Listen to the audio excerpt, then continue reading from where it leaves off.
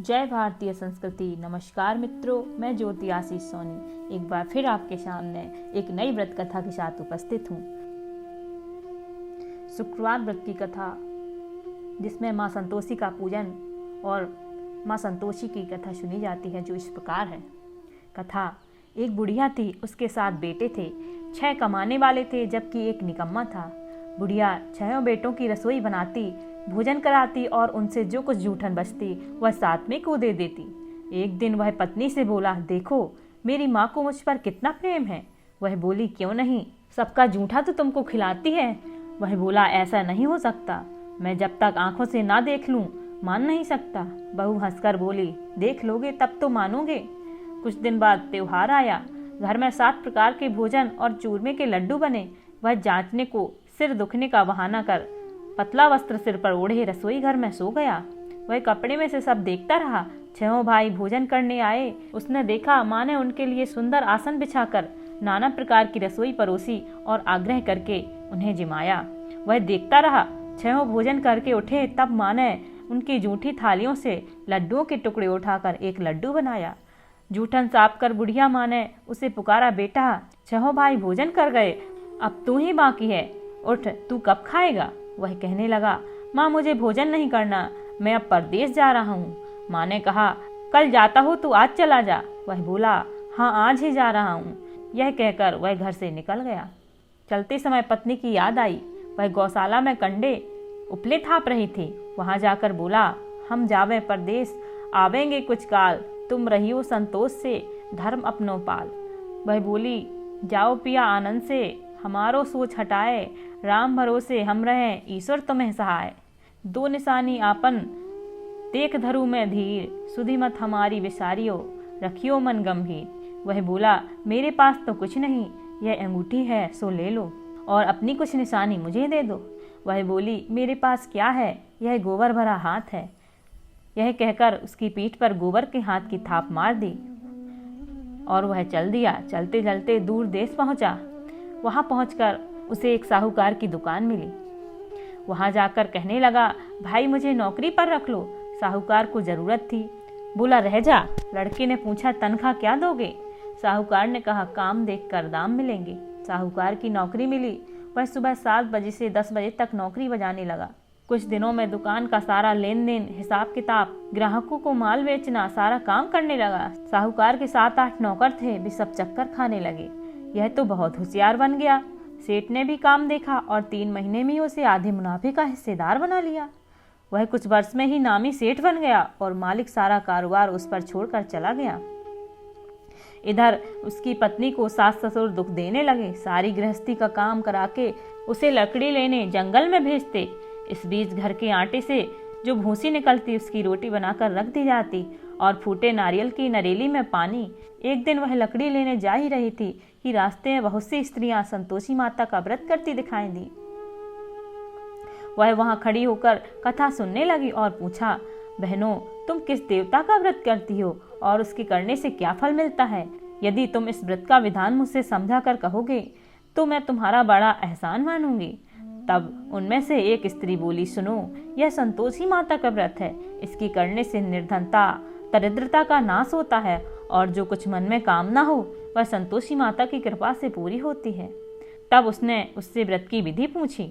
वह बोली, 1.25 आने का गुड़ चना लेना, इच्छा हो तो 5.25 आने का लेना या 1.25 रुपए का ही, सहूलियत के अनुसार लाना, बिना परेशानी और श्रद्धा और प्रेम से जितना भी मन पड़े सवाया लेना। प्रत्येक शुक्रवार को निराहार रहकर कथा सुनना, इसके बीच क्रम टूटे नहीं, लगातार नियम पालन करना। सुनने वाला कोई न मिले तो घी का दीपक जला उसके आगे या जल के पात्र को सामने रखकर कथा कहना। जब कार्य सिद्ध न हो नियम का पालन करना और कार्य सिद्ध हो जाने पर व्रत का उद्यापन करना। 3 मास में माता फल पूरा करती हैं। यदि किसी के ग्रह खोटे भी हों तो भी माता वर्ष भर में कार्य सिद्ध करती हैं। फल सिद्ध होने पर उद्यापन करना चाहिए, बीच में नहीं। उद्यापन में 2.5 से आटे का खाजा तथा इसी परिमाण से खीर तथा चने का साग करना। 8 लड़कों को भोजन कराना, जहाँ तक मिले देवर जेठ भाई बंधु के हों, ना मिले तो रिश्तेदार और पास पड़ोसियों को बुलाना। उन्हें भोजन करा यथाशक्ति दक्षिणा दे। माता का नियम पूरा करना। उस दिन घर में खटाई न खाना। यह सुन बुढ़िया की लड़के की बहू चल दी और रास्ते में लकड़ी के बोझ को बेच दिया और उन पैसों से गुड़ चना ले माता के व्रत की तैयारी कर आगे चली और सामने मंदिर देखकर पूछने लगी, यह मंदिर किसका है? सब कहने लगे, संतोषी माता का मंदिर है। यह सुनकर माता के मंदिर में जाकर चरणों में लौटने लगी, दीन हो विनती करने लगी, माँ मैं निपट अज्ञानी हूँ, व्रत के कुछ भी नियम नहीं जानती, मैं दुखी हूँ। हे माता जगत जननी, मेरा दुख दूर कर, मैं तेरी शरण में हूँ। माता को दया आई। एक शुक्रवार बीता कि दूसरे को उसके पति का पत्र आया और तीसरे शुक्रवार को उसका भेजा हुआ पैसा आ पहुंचा। यह देख जेठ जेठानी मुँह से कोड़ने लगे। लड़के ताने देने लगे, काकी के पास पत्र आने लगे, रुपया आने लगा, अब तो काकी की खातिर बढ़ेगी। बेचारी सरलता से कहती, भैया कागज आवे रुपया आवे, हम सबके लिए अच्छा है।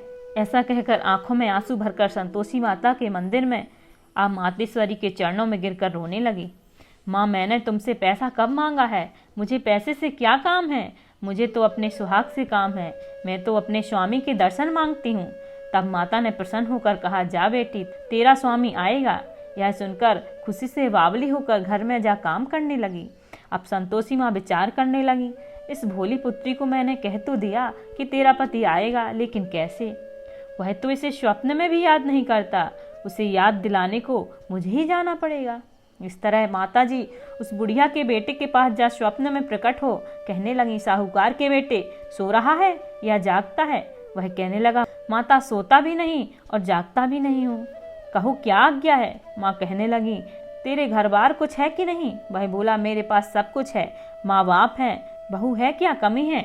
माँ बोली, भोले पुत्र तेरी बहू घोर कष्ट उठा रही है, तेरे माँ बाप उसे परेशानी दे रहे हैं, वह तेरे लिए तरस रही है, तू उसकी सुध ले। वह बोला, हाँ माता जी यह तो मालूम है, परंतु जाऊं तो कैसे? परदेश की बात है, लेन देन का कोई हिसाब नहीं, कोई जाने का रास्ता नहीं आता, कैसे चला जाऊं? माँ कहने लगी, मेरी बात मान, सवेरे नहा धोकर संतोषी माता का नाम ले, घी का दीपक जलाकर दंडवत कर दुकान पर जा बैठ। देखते देखते सारा लेन देन चुक जाएगा, जमा का माल बिक जाएगा, सांझ होते होते धन का भारी ढेर लग जाएगा। अब बूढ़े की बात मानकर वह नहा धोकर संतोषी माता को दंडवत घी का दीपक जला दुकान पर जा बैठा। थोड़ी देर में देने वाले रुपया लाने लगे, लेने वाले हिसाब लेने लगे। कोठे में भरे सामान को खरीदकर नगद दाम दे सौदा करने लगे। शाम तक धन का भारी ढेर लग गया। मन में माता का नाम ले चमत्कार देख प्रसन्न हो घर ले जाने के वास्ते गहना कपड़ा सामान खरीदने लगा। यह काम से निपट तुरंत घर को रवाना हुआ। उधर उसकी पत्नी जंगल में लकड़ी लेने जाती है। लौटते वक्त माता जी के मंदिर में विश्राम करती। वह तो उसके प्रतिदिन रुकने का जो स्थान ठहरा, धूल उड़ती देख वह माता से पूछती है, हे माता यह धूल कैसे उड़ रही है? माता कहती है, हे पुत्री तेरा पति आ रहा है, अब तू ऐसा कर, लकड़ियों के 3 बोझ बना ले, एक नदी किनारे रख, दूसरा मेरे मंदिर पर व तीसरा अपने सिर पर। तेरे पति को लकड़ियों का गट्ठर देख मोह पैदा होगा, वह यहाँ रुकेगा, नाश्ता पानी खाकर माँ से मिलने जाएगा। जब तू लकड़ियों का बोझ उठाकर जाना और चौक में गट्ठर डालकर जोर से आवाज़ लगाना, लो सासू जी लकड़ियों का गट्ठर लो, भूसी की रोटी दो, नारियल के खेपड़े में पानी दो, आज मेहमान कौन आया है? माता जी से बहुत अच्छा कहकर वह प्रसन्न मन से लकड़ियों के 3 गट्ठर बनाई, एक नदी के किनारे पर और एक माता जी के मंदिर पर रखा। इतने में मुसाफिर आ पहुंचा। सूखी लकड़ी देख उसकी इच्छा उत्पन्न हुई कि हम यहीं पर विश्राम करें और भोजन बनाकर खा पी कर गाँव जाएं। इसी तरह रुककर भोजन बना और विश्राम करके गाँव को गया। सबसे प्रेम से बोला। उसी समय सिर पर लकड़ी का गट्ठर लिए वह उतावली सी आती है। लकड़ियों का भारी बोझ आंगन में डालकर जोर से 3 आवाज देती है, लो सासू जी लकड़ियों का गट्ठर लो, भूसी की रोटी दो, आज मेहमान कौन आया है? यह सुनकर उसकी सास बाहर आकर अपने दिए हुए कष्टों को भुलाने हेतु कहती है, बहू ऐसा क्यों कहती है? तेरा मालिक ही तो आया है, आ बैठ, मीठा भात खा, भोजन कर, कपड़े गहने पहन। उसकी आवाज़ सुन उसका पति बाहर आता है। अंगूठी देख व्याकुल हो जाता है। माँ से पूछता है, माँ यह कौन है? माँ बोली, बेटा यह तेरी बहू है। जब से तू गया है तब से सारे गांव में भटकती फिरती है, घर का काम काज कुछ करती नहीं है, 4 पहर आकर खा जाती है। वह बोला, ठीक है माँ, मैंने इसे भी देखा और तुम्हें भी, अब दूसरे घर की ताली दो, उसमें रहूंगा। माँ बोली ठीक है, जैसी तेरी मर्जी। तब वह दूसरे मकान की तीसरी मंजिल का कमरा खोल सारा सामान जमाया। एक दिन में राजा के महल जैसा ठाट बाट बन गया। अब क्या था, बहू सुख भोगने लगी। इतने में शुक्रवार आया। उसने पति से कहा, मुझे संतोषी माता के व्रत का उद्यापन करना है। पति बोला, खुशी से कर लो। वह उद्यापन की तैयारी करने लगी। जिठानी के लड़कों को भोजन के लिए कहने गई, उन्हें मंजूर किया, परंतु पीछे से जिठानी ने अपने बच्चों को सिखाया, देखो भोजन के समय खटाई मांगना, जिससे उसका उद्यापन पूरा ना हो। लड़के खाने आए, खीर खाना पेट भर खाया, परंतु बाद में खाते ही कहने लगे, हमें खटाई दो, खीर खाना हमको भाता नहीं, देखकर अरुचि होती है। वह कहने लगी, भाई खटाई किसी को नहीं दी जाएगी, यह तो संतोषी माता का प्रसाद है। लड़के उठ खड़े हुए, बोले, पैसा लाओ। भोली बहू कुछ जानती नहीं थी, उन्हें पैसे दे दिए। लड़के उसी समय हट करके इमली खटाई ले खाने लगे। यह देखकर बहू पर माताजी ने कोप किया। राजा के दूत उसके पति को पकड़ कर ले गए। जेठ जिठानी मनमाने वचन कहने लगे, लूट लूट कर धन इकट्ठा कर लाया है, अब सब मालूम पड़ जाएगा। जब जेल की मार खाएगा। बहू से यह सहन नहीं हुआ। रोती हुई माताजी के मंदिर गई, कहने लगी, हे माता, तुमने क्या किया? हंसाकर अब भक्तों को रुलाने लगी। माता बोली, बेटी तूने उद्यापन करके मेरा व्रत भंग किया है। वह कहने लगी, माता मैंने कुछ अपराध किया है, मैंने तो भूल से लड़कों को पैसे दे दिए थे, मुझे माफ करो, मैं फिर तुम्हारा उद्यापन करूंगी। माँ बोली, अब भूल मत करना। वह कहती, अब भूल नहीं होगी, अब बतलाओ वो कैसे आवेंगे? माँ बोली, जा पुत्री, तेरा पति तुझे रास्ते में आता मिलेगा। वह निकली, राह में पति आता मिला। उसने पूछा, कहाँ गए थे? वह कहने लगा, इतना धन जो कमाया है उसका टैक्स राजा ने मांगा था, वह भरने गया था। वह प्रसन्न हो बोली, भला हुआ, अब घर को चलो। कुछ दिन बाद फिर शुक्रवार आया। वह बोली, मुझे फिर माता का उद्यापन करना है। पति ने कहा, करो। बहू फिर से जेठ के लड़कों को भोजन को कहने गई। जेठानी ने एक दो बातें सुनाई और सब लड़कों को सिखाने लगी, तुम सब लोग पहले ही खटाई मांगना। लड़के भोजन से पहले कहने लगे, हमें खीर नहीं खानी, हमारा जी बिगड़ता है, कुछ खटाई खाने को दो। वह बोली, खटाई किसी को नहीं मिलेगी, आना हो तो आओ। वह ब्राह्मण के लड़के लाकर भोजन कराने लगी। यथाशक्ति दक्षिणा की जगह एक एक फल उन्हें दिया। संतोषी माता प्रसन्न हुई। माता की कृपा होते ही 9वें मास में उसके चंद्रमा के समान सुंदर पुत्र प्राप्त हुआ। पुत्र को पाकर प्रतिदिन माता जी के मंदिर को जाने लगी। माँ ने सोचा, यह रोज आती है, आज क्यों ना इसके घर चलूं। यह विचार कर माता ने भयानक रूप बनाया। गुड़ चने से सना मुख, ऊपर सूंड के समान होंठ, उस पर मक्खियां भिन भिन कर रही थीं।